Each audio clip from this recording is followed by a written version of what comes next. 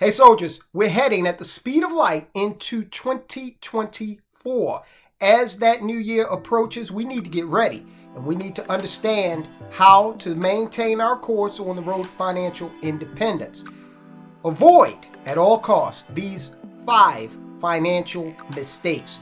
You don't want to make these mistakes because if you do, you could wind up in a situation that is totally antithetical to you building wealth. That's exactly what you're supposed to be doing if you are a soldier of finance. So let's go. Let's get it started. The first thing you should avoid at all costs is not having an emergency fund. We talk about it all the time. You need to establish an emergency fund. The reality of it is, going around without an emergency fund is just like driving a car without a spare tire, or more accurately, jumping out of an airplane without a reserve chute. And you never do that, right? So you need to have an emergency fund. Now, you need to decide whether that fund needs to be for 3 months of expenses or more. I like 3 months personally. You don't want to have 3 years in there, because where you're going to put this emergency fund, where this money is going to reside, is usually in a high yield savings account. And even at a high yield, what the banks call a high yield, what the online banks call a high yield, usually does not meet or exceed inflation. So you don't want too much in there. You got to decide where you want to be. Between 3 and 6 months is usually adequate, because we're talking about the worst case scenario, you lose your job. Are you going to sit around the house for 5 months before you start looking for a new one? Absolutely not. So you don't need to look at this like at one point or another you're going to use your entire emergency fund. Okay, it's for emergencies. Those don't happen every day, and more than likely what's going to end up occurring is things are going to happen like, oh, my hot water heater went up, or I got a flat, and you'll need to use your emergency fund for that so that you won't commit the next big financial mistake, which is not paying off your credit cards within the 30-day cycle. Now, this is more important than ever. And you know why? Because we're sitting at 24% interest rates on credit cards on average. And this is because the Fed has gone in and had to raise interest rates, right?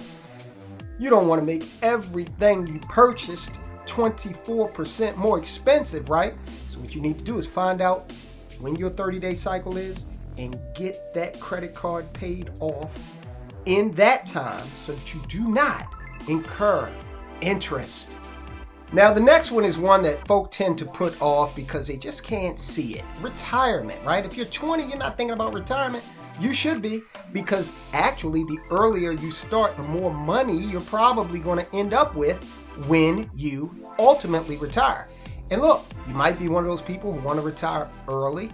Okay, what you don't want to have happen is you don't want to be stuck in a situation where now you're 60, 65, and you have to work in McDonald's with a whole bunch of ignorant teenagers. Okay, I don't even think that'll be a possibility for someone who's in their 20s or 30s now, because they're going to have robots in there before too long.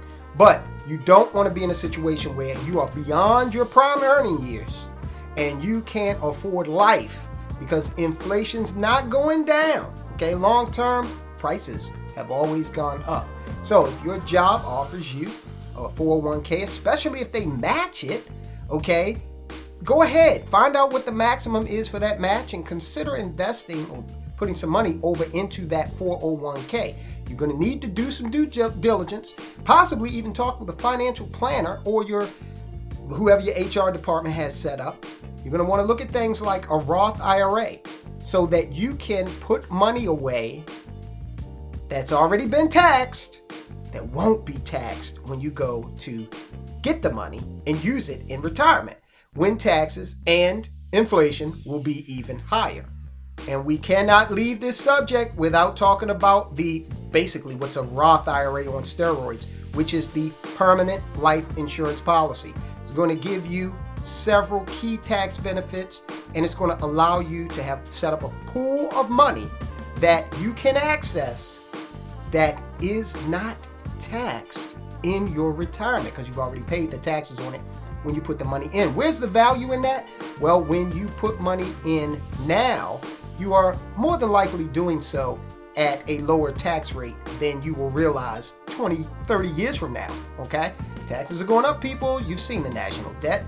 So get serious about saving for retirement. Do not wait. Oh my God, I know people who call me and say, hey, I'm 50, 55. I'm going to retire in 5, 10 years, and I need $1 million, and I've got 20,000 saved. Look, I'm not a magician, people. All right, the next one is also near and dear to my heart, having adequate insurance coverage. And we're not just talking about car insurance, cell phone insurance. We're talking about property and casualty insurance, and all important, again, as we mentioned just a moment ago, life insurance. Because life insurance is a tool that, again, is going to help you not only save for retirement, but get a benefit to your beneficiaries, help you build generational wealth. So we all know that accidents happen. You don't want to be the one caught without proper coverage in any scenario. And sometimes these accidents, when they happen, especially cars today, they come with a pricey repair bill if you get into an accident. So you got to have adequate insurance coverage. It's a safety net, folk, and if it's going to catch you when you need it, okay? It's better to have insurance and not need it than need it and not have it. So what you need to do is take a look at your home, what it costs to replace it if disaster strikes, all right? You might want to even take a look at some what's called umbrella coverage for your home. You need to, if you're in one of these coastal areas where a lot of insurance companies are saying that we're not going to insure you anymore or we're going to do so at exorbitant rates, you need to think about that, because you don't want to be in a situation where you can't replace your home, which is usually the biggest asset that folk have. Also, with health insurance, listen, most people have decent coverage because they work for an employer, but you even need to go over that. Sit down with your family, take a look at the coverages, understand if you guys got any pre-existing conditions, the kids maybe need glasses or dentistry or what have you. This is all something that you need to take a look at. Make sure you're getting the best deal. Spend some time going over your insurance coverage. This should be done at least annually. All right, number 5, create a budget. It's got to be done in 2023, 2024. It's a necessity. Why? Because, again, inflation is ever present and rising. Interest rates are going up. Okay, they're elevated in comparison to what they have been in the past, in the recent past. And you don't want to be in a situation where you're just spending money and it's going here, it's going there. And today, if you've got auto payments, okay, then money's flying out and you are not even aware of it. So you really need to sit down and spend some time on a budget, understanding, go through your accounts with a fine-tooth comb and understand what's coming out. You might have, I know I did this. My wife and I wanted to see a particular movie and it wasn't on one of the 3 streaming services that we have. We don't have cable in this house because we don't watch that much TV. Okay, TV's on maybe 4 hours a week. Anyway, we say, hey, let's get this streaming channel to watch this movie. We watched the movie. It was great. We ate some Chinese food. We went to bed and forgot that we had that streaming channel for 2 months. Okay, now it didn't hit us hard. It was like $6 a month. But then I said, oh, wait a minute. We need to cancel. We never even watched the service again. Okay, so you've got to be very careful about your budget. Understand what is coming in, what is going out, because ultimately you want to be in a position where you can identify extra money that you can devote toward the purchase of assets. Why? Because assets appreciate in value, and a lot of times they kick off income. And you've got to be in a position where you have assets appreciating, maybe providing that income for you. That's the way you build wealth. Okay, soldiers, let me give you a bonus before we get out of here. Negotiate. Negotiate on your bills. Now, you might say, Tyrone, how can I do that? Trust me, I've done it. If you've got cable, I used to negotiate with them all the time. All you got to do is say, hey, look, I'm thinking about getting rid of this. So, hey, can you do anything for me? And they will, trust me. Now, I haven't had cable for 15, going on 15 years now. So maybe they've tightened up, but you got to bring your A game. I tell you what I did have until recently was satellite radio, Sirius satellite radio. Used to negotiate with them all the time. And the bill never got over $6 a month for we had 2 cars with it, okay? For whatever reason, it stopped working and they couldn't fix it. So I said, hey, can't use it? Bye. I've got other music apps anyway, so no big deal.